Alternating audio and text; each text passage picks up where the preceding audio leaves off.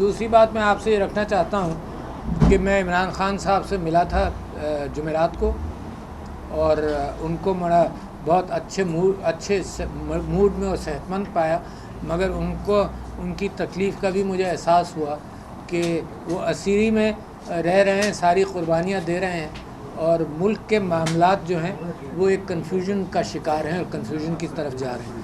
انہوں نے اپنی انا کو بھی قربان کر دیا کہ جب یہ کہتے رہیں کہ ہم بات چیت ہونی چاہیے دوسرے کے ہم نے نہیں بات کرنی، تو ورنہ عام طور پر ذاتی زندگیوں میں لوگ کہتے ہیں اچھا نہیں بات کرنی، انہوں نے تو اپنی انا کو بھی قربان کیا کہ نہیں، کیونکہ ملک کا معاملہ ہے تو بات چیت ہی حل ہے مسائل کا۔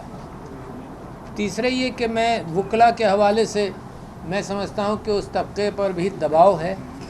میں جو 6 ججز نے بات رکھی، میں سمجھتا ہوں بڑی اچھی چیز ہے۔ سپریم کورٹ کے اندر یہ بحث جاری ہے، اور کیونکہ یہ لائیو ٹرانسمٹ ہوتی ہے تو جو لوگ کہہ رہے ہیں، جس انداز سے کہہ رہے ہیں، یہ عام آدمی سمجھ جاتا ہے۔ اسی لیے کورٹ کو ہمیشہ اوپن رکھا گیا ہے کہ سب کے سامنے بات ہو۔ جس انداز سے آدمی گفتگو کرتا ہے تو لوگ پہچان لیتا ہے کہ یہ پریشر میں بات کر رہا ہے، جھوٹ سچ کیا بول رہا ہے۔ تو یہ ایک اچھی بات قاضی فائز عیسیٰ صاحب نے کی کہ سارے معاملات ٹرانسپیرنٹ ہو گئے۔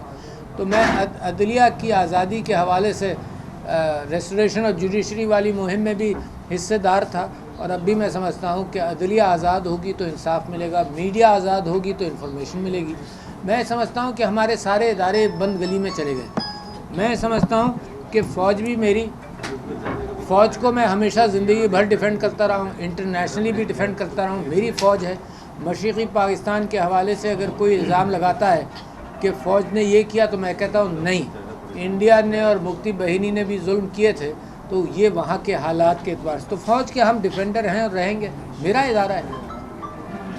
تو سارے اداروں کے اوپر جو اس وقت پریشر ہے، معیشت کا پریشر ہے، میں امید کر رہا ہوں کہ سعودی عرب سے جو ڈیلیگیشن آیا ہے اس کے مثبت نتائج نکلیں گے۔ میں سمجھتا ہوں پاکستان کو انویسٹمنٹ چاہیے، ایڈ نہیں چاہیے، اور پاکستان اپنی معیشت کو استحکام دے لے گا، مجھے اس میں پوری امید ہے۔ مگر اس کے ساتھ میں یہ ضروری سمجھتا ہوں کہ معیشت کو استحکام دینے کے لیے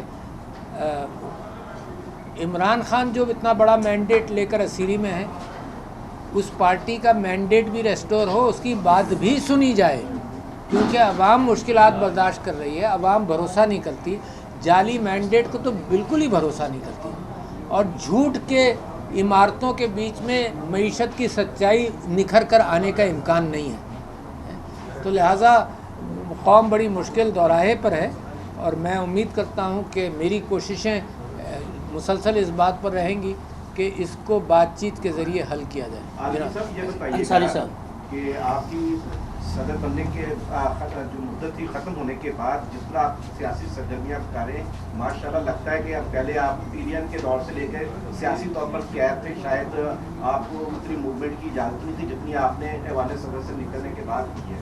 دوسری بات جو سوال میرا وہ یہ ہے کہ آرمی چیف اور DGI نے واضح طور پر کہہ دیا کہ وہ کسی سے بات چیت نہیں کرنا چاہتے، نہ ان کا مینڈیٹ ہے۔ آپ ان سے بات کرنا چاہتے ہیں، سیاسی قوتوں سے نہیں کرنا چاہتے، وہ آپ سے نہیں کرنا چاہتے، تو پھر معاملات کیسے حل ہوں گے؟ میں نے ابھی یہاں مثال دی کہ جہاں ہم نیچے بیٹھے تھے نا، اور کوئی باہر سے چٹخنی لگا دی، ایک تو میں اصولی کہوں گا کہ یار میں ان کا مہمان تھا، انہوں نے چٹخنی لگا دی۔ ایک میں کوشش کروں گا جس سے بھی بات کرنی پڑے، اگر گھر کا ملازم بھی آ جائے گا تو اگر چٹخنی کھولنے کے قابل ہے تو میں اس کو کھٹکھٹا کر کہوں گا کہ بیٹا غلطی سے لگ گئی ہوگی، چٹخنی کھول۔ تو لہٰذا یہ بات کہ کس سے بات کرنی ہے کس سے نہیں کرنی، جو آپ کو معلوم ہے، مجھے کہنے کی ضرورت نہیں کہ یہ جو حکومت، یہ جو پارلیمنٹ بنا ہے، یہ فارم 47 والا پارلیمنٹ ہے، اس کا اختیارات کم ہے، اختیارات نہ ہونے کے برابر ہیں۔ تو لہٰذا بات چیت اگر کوئی کہہ رہا ہے کہ اس نے نہیں کرنی، اسی سے سوال کیجئے۔ میں تو کہتا ہوں میرے ملک کا معاملہ ہے، جس نے بھی چٹخنی لگائی، جو بھی چٹخنی کھول سکتا ہے اس سے میں بات۔ اچھا الوی صاحب یہ بتائیے گا، جیسے کہ آپ کہہ رہے ہیں کہ وہ بات نہیں کر رہے اور سیاسی جماعتوں سے آپ لوگوں نے بات کرنی نہیں ہے، تو پھر کوئی بیچ میں برج کا کام کون ادا کرے گا؟ آپ، یہ میرا سوال نہیں، آپ بیچ میں کوئی برج کا کام ادا کریں گے؟ آپ کے معاملات تعلقات تو ہیں نا، آپ بات کریں گے؟ دیکھیے میں برج کا کام کرنے کی کوشش کرتا رہا ہوں، مگر برج جب ہی کامیاب ہوگا جب گاڑیاں چڑھیں گی اس پر۔ اس کو استعمال کیا جائے گا. جب گاڑیاں ادھر کھڑی رہیں اور ادھر کھڑی رہیں کہ جی اس برج کو ہم نے استعمال ہی نہیں کرنا, تو میں پھر بھی دعوت دیتا رہوں گا کہ اس برج پر کوئی سن تو لو, اس برج پر کوئی ٹول نہیں ہے. یہ برج پاکستان کو جوڑنے کے لیے برج بنا ہے, یہ میں دعویٰ کرتا رہوں گا.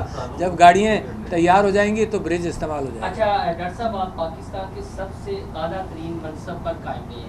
ہمارے یہاں پر دو چیزیں ہیں آج تک کلیئر نہیں ہوئی, اور وہ ہیں عمران خان اور موجودہ آرمی چیف کے حوالے سے, اور شاید آپ کو بھی بہت ساری باتوں کا علم ہے.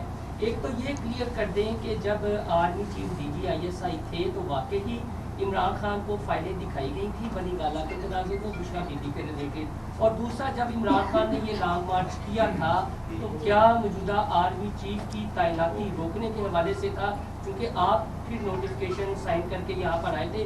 یہ کلیئر کر دیں, قوم یہ سچ جاننا چاہتی ہے اور آج تک قوم کو یہ سچ کوئی نہیں بتا رہا. دیکھیے اس میں بہت ساری چیزیں مجھے نہیں معلوم, سچ آپ کو تلاش کرنا پڑے گا. میں تو مسلسل, جو میں صدارتی عہدے پر فائز تھا تو کسی نے کہا کہ آپ کا رول اب زیادہ بڑھ گیا. ظاہر ہے, کیونکہ دیکھو میں جب گھر جاؤں گا تو میں شوہر ہوں گا, میں بچوں سے ملوں گا ان کا باپ ہوں گا, ہے نا, میں مریضوں سے بات کروں گا میں ان کا معالج ہوں گا. آپ یہ کہیں کہ وہ شوہر والی کیفیت آپ مریضوں کے ساتھ کریں, تو وہ رول جو تھا وہ قانونی رول تھا. اس رول کے اندر اس بات کا امکان نہیں تھا کہ میں سیاسی بیانات دوں. میں نے احتیاط کی اس کے اندر, اور میں نے وہ اس رول کے اعتبار سے, آئین کے اعتبار سے میں نے حق ادا کرنے کی کوشش کی ہے. اب جو میں رول اپنے لیے سمجھتا ہوں, یہ میں خود ہی تلاش کر رہا ہوں نا رول, میں اپنے لیے یہ سمجھتا ہوں کہ میرا جیسے آپ سب کا فرض بنتا ہے کہ راستہ تلاش کریں, اور وہ میں راستہ تلاش کر رہا ہوں. میں میڈیا والوں علی صاحب یہ بتائیے گا کہ آپ کہہ رہے ہیں کہ میں راستے تلاش کر رہے ہیں, بڑی اچھی بات ہے. جب آپ کے پاس بہت زیادہ ڈائمینشن تھی, بڑے راستے کھلے تھے, آپ کے پاس اختیار بھی تھا, یہ بار بار سوال ہوتا رہے گا آپ سے. میں اب نیچے بھی تھا تو وہاں پر بھی لوگ ڈسکس کر رہے تھے کہ اب ایکٹیو ہو رہے ہیں ادوی صاحب, اس وقت کیوں نہیں ایکٹیو ہوئے؟ اس وقت آپ خان صاحب سے ملنے کیوں نہیں گئے یا ملاقات نہیں کر رہے تھے؟ اب سوال میرا یہ ہے کہ اب خان صاحب سے اب جب آپ ملے ہیں تو کیا انہوں نے لائن آف ایکشن آپ کو دی ہے کہ اب آپ نے کرنا کیا؟ میں نے آپ سے کہا, میں نے سوال کا جواب دیا کہ جو میرا رول تھا وہ آئینی رول تھا, ہے نا. اس آئینی رول کے اندر میں نے کئی جگہ پر کہا کہ میں سر کے بل بھی کھڑا ہو گیا کہ میں جوڑوں. اتفاق سے ناکام ہوا, میری ذات کی بات ہوگی, میں لوگوں کو کنونس نہیں کر سکا, مگر جوڑ نہیں سکا. مگر اس کا مطلب یہ نہیں کہ میں کوشش چھوڑ دوں. تو لہٰذا جب میں اس رول سے باہر آیا ہوں تو میں ایک پاکستان کے خوددار سٹیزن کے طور پر وہی بات کر رہا ہوں کہ رول کہ قوم کو جوڑے بغیر نہ معیشت بہتر ہوگی نہ قوم بہتر ہوگی. اور اگر یہ کم علمی کی بات ہے کہ یہ سمجھا جائے کہ جی معیشت بہتر کر لیں گے اور یہ ہوگا, تو لہٰذا میں کوششیں جاری ہیں. ڈاکٹر صاحب یہ بتائیں کہ آپ کی عمران خان سے جو ملاقات ہوئی ہے اس میں کیا انہوں نے آپ کو اسٹیبلشمنٹ سے بات چیت کرنے کے لیے کہا ہے؟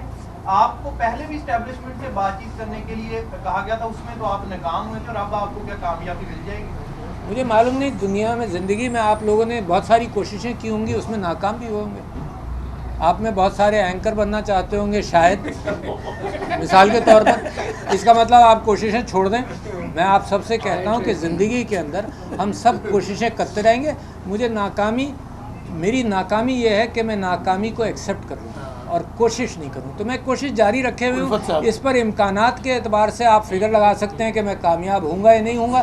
مجھے امید ہے کہ میڈیا اپنی کوشش کرتا رہے. میں آپ سے درخواست کر رہا ہوں بار بار, جوڈیشری اپنی کوشش کرتی رہے, عوام اپنی کوشش کرتے رہیں, فوج اپنی کوشش کرتی رہے مثبت, تو انشاءاللہ یہ جوڑ بن جائے گا. ڈاکٹر صاحب یہ بتائیے کہ آج کل جنرل قمر جاوید باجوہ صاحب جو ایکس آرمی چیف ہیں وہ جیب میں قرآن مجید لیے گھومتے ہیں, اور جہاں کوئی ان سے بات کرتا ہے وہ قسم اٹھا دیتے ہیں. وہ جیل میں تو نہیں ہے نا؟ نہیں, جیل میں آزاد گھوم رہے ہیں. لیکن انہوں نے یہ دعویٰ کیا تھا کہ مجھے فار ایور تاحیات ایکسٹینشن کی دعوت دی گئی تھی, ایوان صدر میں دی گئی تھی, اور آپ اس ملاقات میں شریک تھے. وہ سچ کیا ہے, یہ ٹروتھ ہم آپ کے سامنے رکھتے ہیں. آخری سوال آپ کا. میرا خیال میرے سامنے کوئی ایسی بات نہیں.